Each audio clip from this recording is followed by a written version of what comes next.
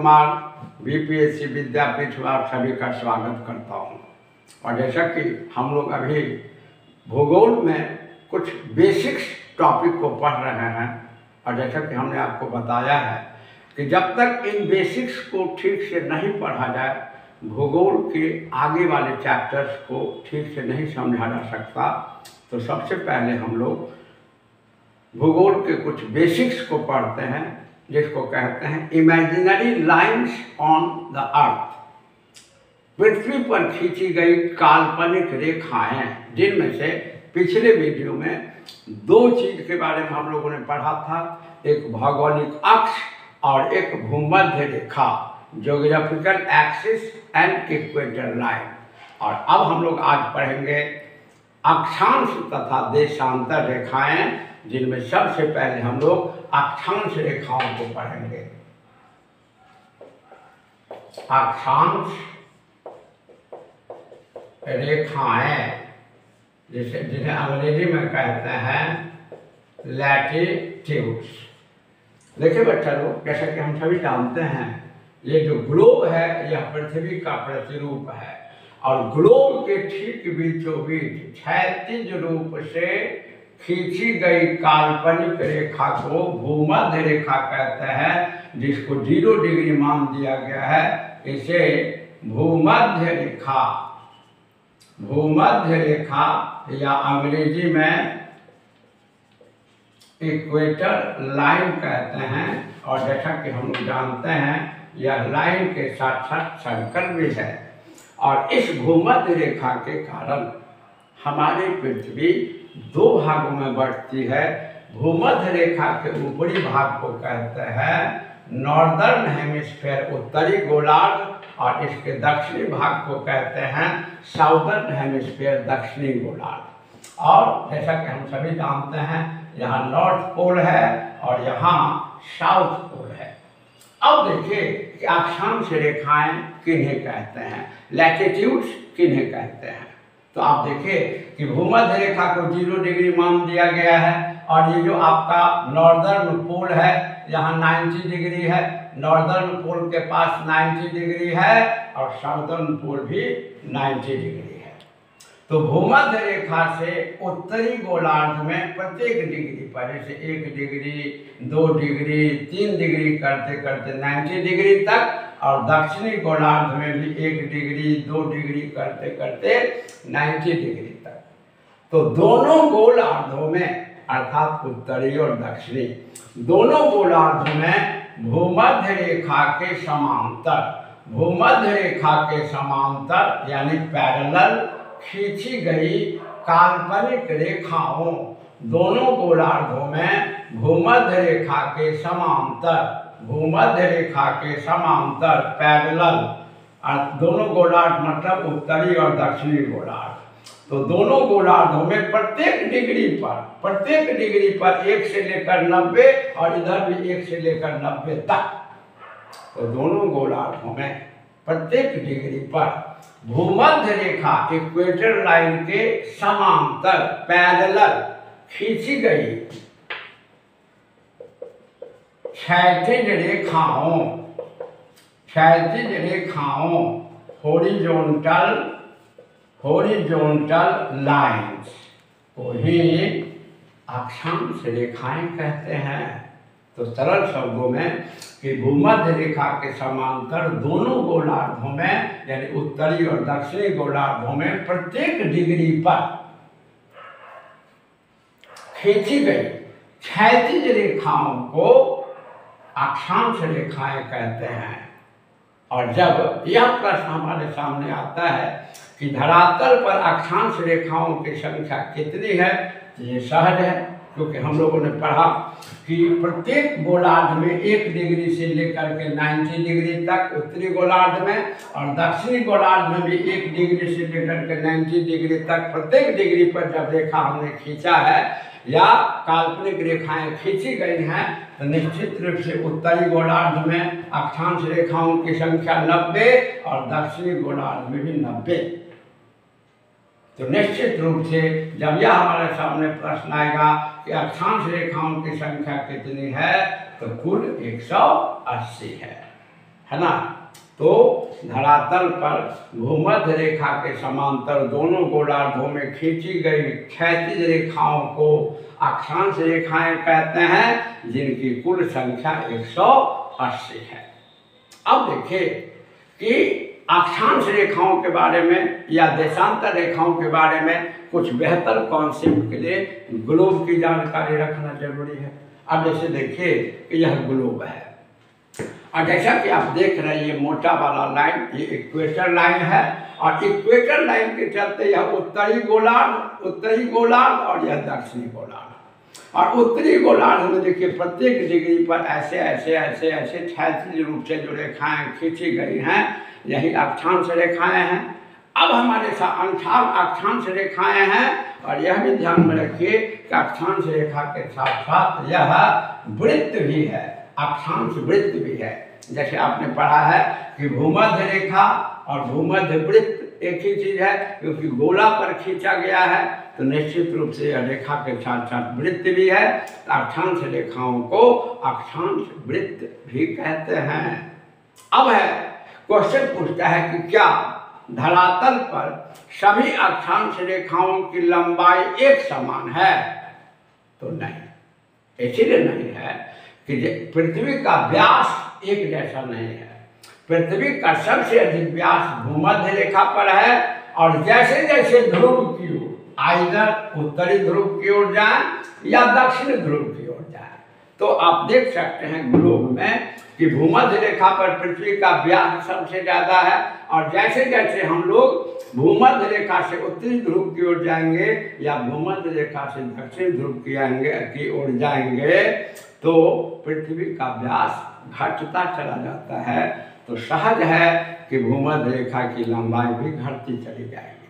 अर्थात जैसे जैसे भूमध्य रेखा से ध्रुव की ओर जाते हैं, चाहे उत्तरी ध्रुव की ओर जाए चाहे दक्षिणी ध्रुव की ओर जाए, तो पृथ्वी का व्यास घटता है, तो निश्चित रूप से अक्षांश रेखाओं की लंबाई घटती चली जाती है।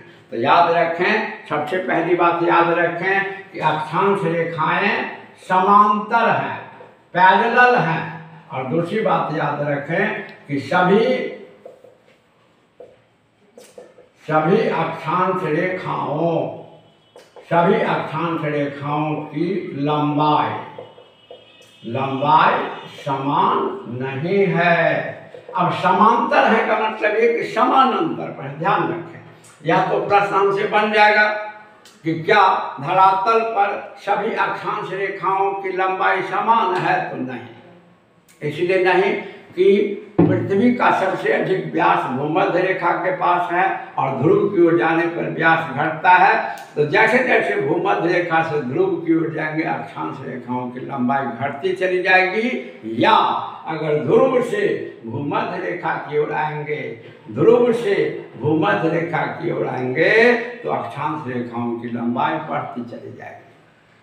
अब प्रश्न आता है कि इसको समांतर रेखा, याद रखेंगे कि आजकल जरूरी नहीं है कि इसको अक्षांश रेखाओं के नाम से ही पूछे, इसको समांतर रेखा के नाम से भी पूछा जाता है। क्यों?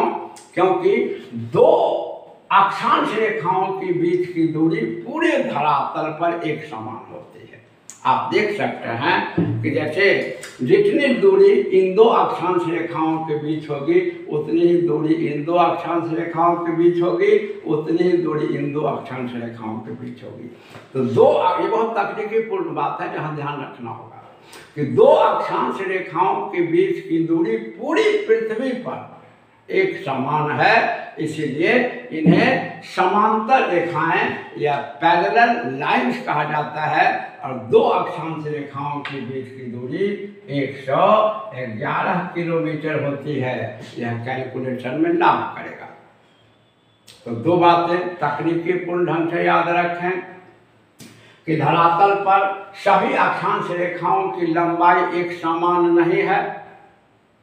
भूमध्य रेखा से ध्रुव की ओर जाने पर अक्षांश रेखाओं की लंबाई घटती चली जाती है, क्योंकि पृथ्वी का व्यास घटती चली जाती है। लेकिन जब यह प्रश्न हमारे सामने आए कि क्या दो अक्षांश रेखाओं के बीच दूरी में अंतर है, नहीं, दो अक्षांश रेखाओं के बीच पूरी पृथ्वी पर आप कहीं चले जाए और किसी भी दो अक्षांश रेखा को लें तो अगल बगल वाली, जैसे 1 से 2 डिग्री, 2 से 3 डिग्री, तो दो अक्षांश रेखाओं के बीच की दूरी हर समय एक ही जैसा होगा, हर समय समान होगा। और दो अक्षांश रेखाओं के बीच की दूरी धरातल पर 111 किलोमीटर होती है। इसको थोड़ा बढ़िया से समझना है, ध्यान में रखना है। और याद हो गया होगा कि धरातल पर सभी अक्षांश रेखाओं की लंबाई एक समान नहीं है। भूमध्य रेखा से ध्रुव की ओर जाने पर अक्षांश रेखाओं की लंबाई घटती चली जाती है और ध्रुव से भूमध्य रेखा की ओर आने पर बढ़ती चली जाती है। परंतु जब दो अक्षांश रेखाओं के बीच की दूरी की बात करें तो समस्त धरातल पर, पूरी पृथ्वी पर दो अक्षांश रेखाओं के बीच की दूरी सर्वथा समान होती है और यह 111 किलोमीटर होती है। और ध्यान रखें कि अक्षांश रेखाओं का जो मुख्य उपयोग है यह किसी भी स्थल की जलवायु की जानकारी के लिए किया जाता है, क्लाइमेट। क्योंकि हम सभी जानते हैं, ऐसे देखिए कभी कभी एग्जाम में पूछता है उच्च अक्षांश और निम्न अक्षांश, lower latitude and higher latitude, how will you find it, which is called lower, which is called higher. तो सिंपली समझें कि भूमध्य रेखा के आसपास के अक्षांश को निम्न अक्षांश कहते हैं और ध्रुव के आसपास के अक्षांश को उच्च अक्षांश कहते हैं। और जैसे जैसे हम निम्न अक्षांश अर्थात भूमध्य रेखा से ध्रुव की ओर अर्थात उच्च अक्षांश की ओर जाते हैं तो जलवायु में ताप की कमी होती चली जाती है या शीत की प्रधानता होती चली जाती है। तो निम्न अक्षांशों पर ताप की अधिकता, गर्मी की अधिकता होती है और उच्च अक्षांशों पर ताप की कमी या शीत की प्रधानता होती है, ठंडक की प्रधानता होती है। तो अगर हमको कोई कहे कि धरातल पर 20 डिग्री अक्षांश और 40 डिग्री अक्षांश में कहीं भी, उत्तरी या दक्षिणी कहीं भी, कहाँ पर गर्मी ज़्यादा होगी और कहाँ पर ठंडक ज़्यादा होगी, हम कह सकते हैं कि तुलनात्मक रूप से 20 डिग्री अक्षांश पर गर्मी ज़्यादा होगी और इसकी तुलना में 40 डिग्री पर गर्मी कम या ठंडा अधिक होगी।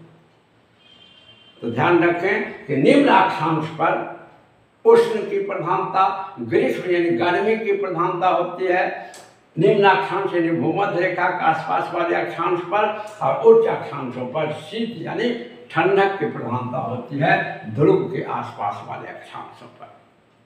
अब है धरातल पर कम से कम दो मुख्य अक्षांश रेखा की जानकारी तो हमें होनी ही चाहिए, जिनके बारे में अभी हम लोग देखते हैं। धरातल पर जो दो मुख्य अक्षांश रेखाएं हैं उनको जरूर समझें।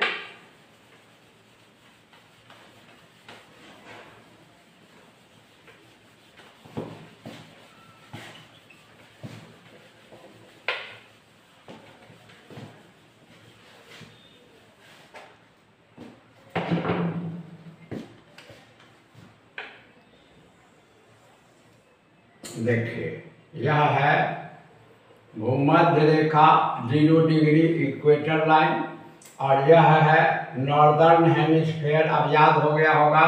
यह है साउदर्न हेमिस्फीयर, यह है नॉर्थ पोल और यह है साउथ पोल। तो देखिए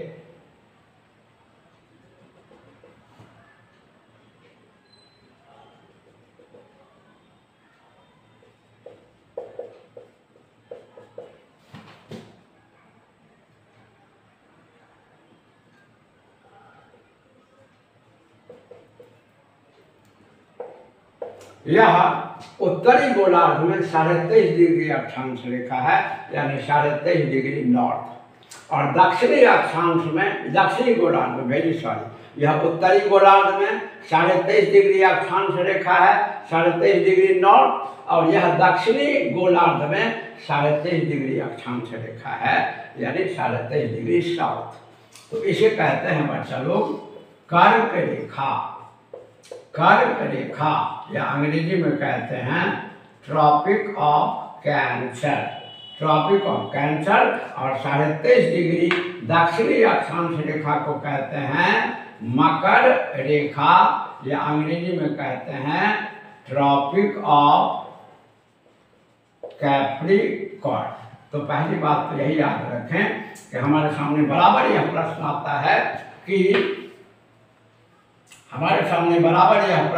है कि कर्क रेखा किसे कहते हैं और मकर रेखा किसे कहते हैं। तो आपके सामने है कि जब आपके सामने यह प्रश्न आए तो आप सहजता से कह सकते हैं कि 23.5 डिग्री उत्तरी अक्षांश रेखा, 23.5 डिग्री उत्तरी अक्षांश रेखा नॉर्दर्न लैटिट्यूड को कर्क रेखा या अंग्रेजी में ट्रॉपिक ऑफ कैंसर कहते हैं, और 23.5 डिग्री दक्षिणी अक्षांश रेखा को मकर रेखा या अंग्रेजी में ट्रॉपिक ऑफ कैप्रिकॉर्न कहते हैं।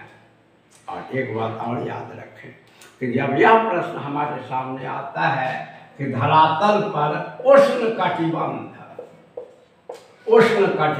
जिसको अंग्रेजी में कहते हैं टोरिड जोन, उष्ण कटिबंध का विस्तार कहाँ से कहाँ तक है, तो हम लोग कहते हैं कि कर्क रेखा से मकर रेखा तक। इसको और टिपिकल बनाता है कि उष्ण कटिबंध का विस्तार कुल कितने अक्षांशों तक है। तो आप देख सकते हैं कि 23.5 डिग्री उत्तरी से 23.5 डिग्री दक्षिणी तक है। तो आप कह सकते हैं कि धरातल पर उष्ण कटिबंध का कुल अक्षांशीय विस्तार, टोटल लैटिट्यूडनल एक्सपेंशन है आपको 47 डिग्री, जो आपके सामने है। 23.5 से जोड़ 23.5। तो अगर आप ठीक ढंग से ध्यान देंगे बच्चा लोग, तो मेरा विश्वास है कि सभी बातें आपको याद ही हो जाएंगी। केवल कंसंट्रेशन दे करके वीडियो को सुनना है, क्योंकि हम किसी चीज़ को 2 बार 3 बार जानबूझ के बताते हैं ताकि आपके ब्रेन में यह सेट कर जाए। ठीक है। और एक चीज और कि उष्ण कटिबंध का विस्तार कर्क से मकर रेखा तक है। अब प्रश्न आता है कि उष्ण कटिबंध किसे कहते हैं, तो सिंपली ध्यान में रखें। देखिए, कटिबंध, कटि माने पृथ्वी, कटि माने काट भाग, और बंध माने पृथ्वी।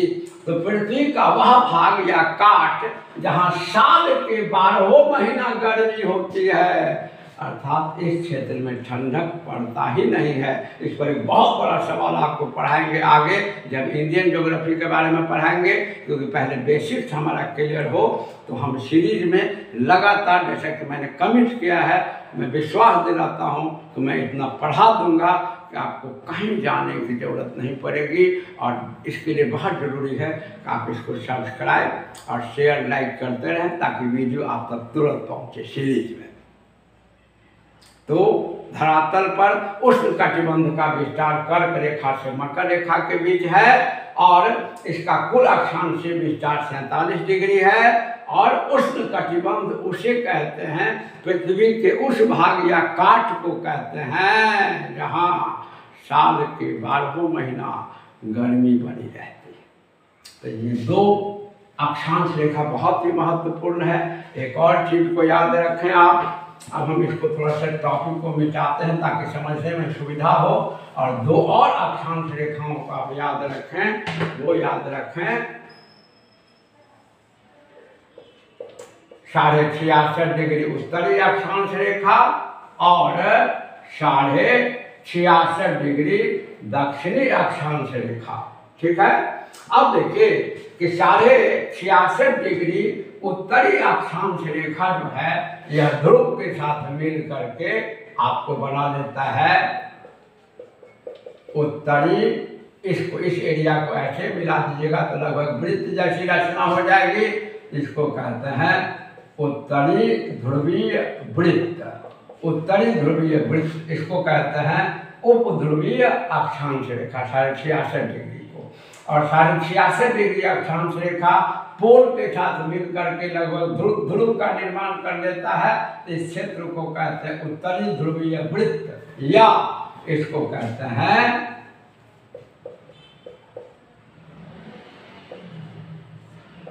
आर्कटिक वृत्त। क्योंकि हम लोग जानते हैं कि उत्तरी ध्रुव का जो भौगोलिक क्षेत्र है उसे आर्कटिक वृत्त कहते हैं। ठीक है। आर्कटिक क्षेत्र यहीं पर स्थित है। तो 66.5 डिग्री उत्तरी अक्षांश रेखा जो है, यह पोल के साथ, ध्रुव के साथ मिलकर के उत्तरी ध्रुवीय वृत्त या आर्कटिक वृत्त का निर्माण करता है। और 66.5 डिग्री जो दक्षिणी अक्षांश रेखा है, यह दक्षिणी ध्रुव के साथ मिलकर दक्षिणी ध्रुवीय वृत्त या जिसको कहते हैं हम लोग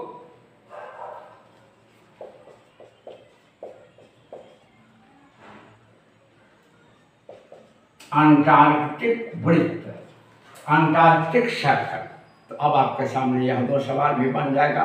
बहुत ही महत्वपूर्ण सवाल आपके सामने बना कि जब यह पूछेगा कि कर्क रेखा और मकर रेखा किसे कहते हैं, उष्ण कटिबंध किसे कहते हैं, टोरिड जोन किसे कहते हैं, उष्ण कटिबंध का कुल विस्तार कितना है, 47 डिग्री है। इसे उष्ण कटिबंध क्यों कहते हैं, क्योंकि यहाँ साल के 12 महीना गर्मी बनी रहती है। और जब यह पूछेगा कि आर्कटिक वृत्त या उत्तरी ध्रुव वृत्त क्या है, तो 66.5 डिग्री उत्तरी अक्षांश रेखा से उत्तरी ध्रुव तक के क्षेत्र को कहते हैं उत्तरी ध्रुवीय वृत्त या आर्कटिक वृत्त। और 66.5 डिग्री दक्षिणी अक्षांश रेखा को लेकर के साउथ पोल तक के भाग को कहते हैं दक्षिणी ध्रुवीय वृत्त या अंटार्कटिक वृत्त। तो हमने आज अक्षांश रेखाओं के बारे में सीखा, बहुत ही महत्वपूर्ण जानकारी मिली हमको। हमने आज ये कर्क रेखा, मकर रेखा को सीखा, पृथ्वी के उष्ण कटिबंध को सीखा और आर्कटिक वृत्त और अंटार्कटिक वृत्त को सीखा।